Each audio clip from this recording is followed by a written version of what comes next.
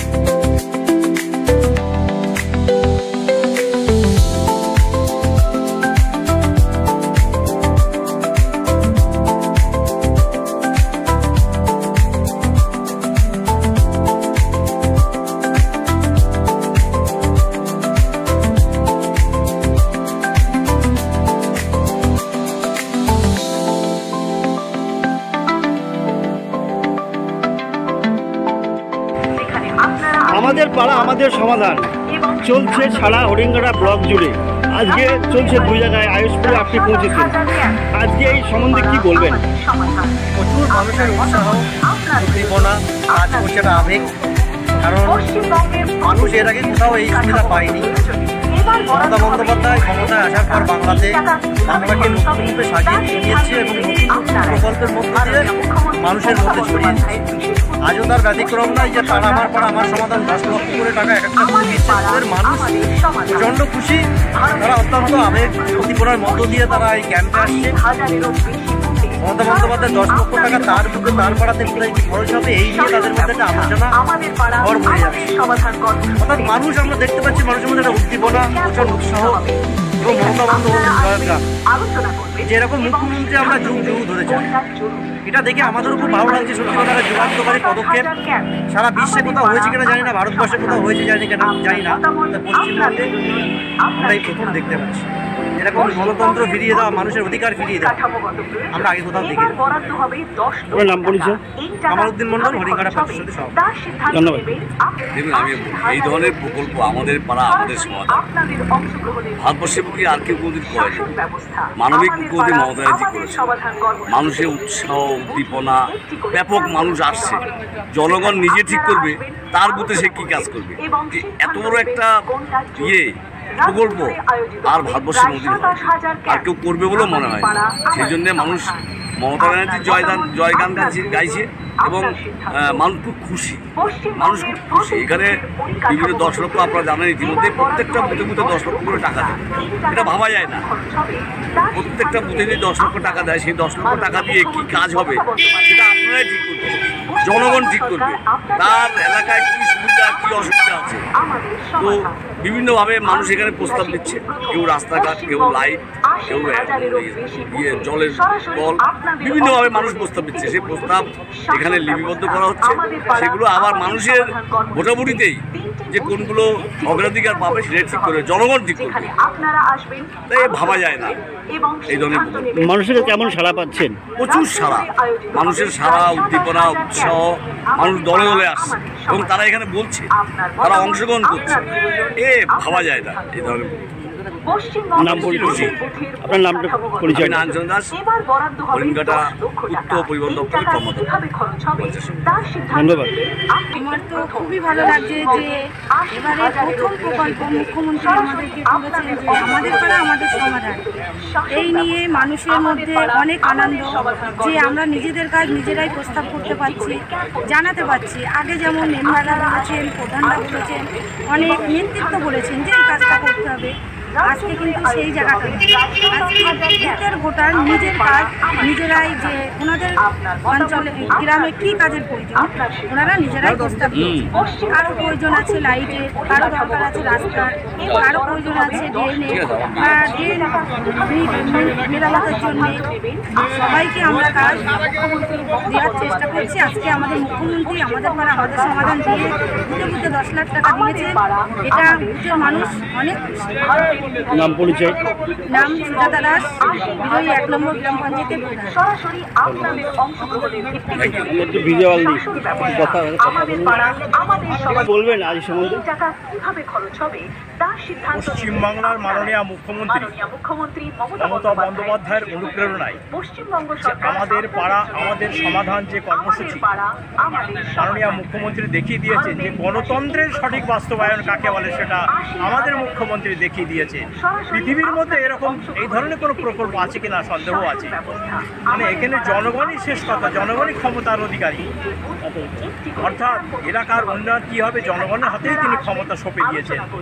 এলাকায় পাড়ার বুথে সমাধানে যাবেন, যে নিজেদের সমস্যার কথা তুলে ধরবেন।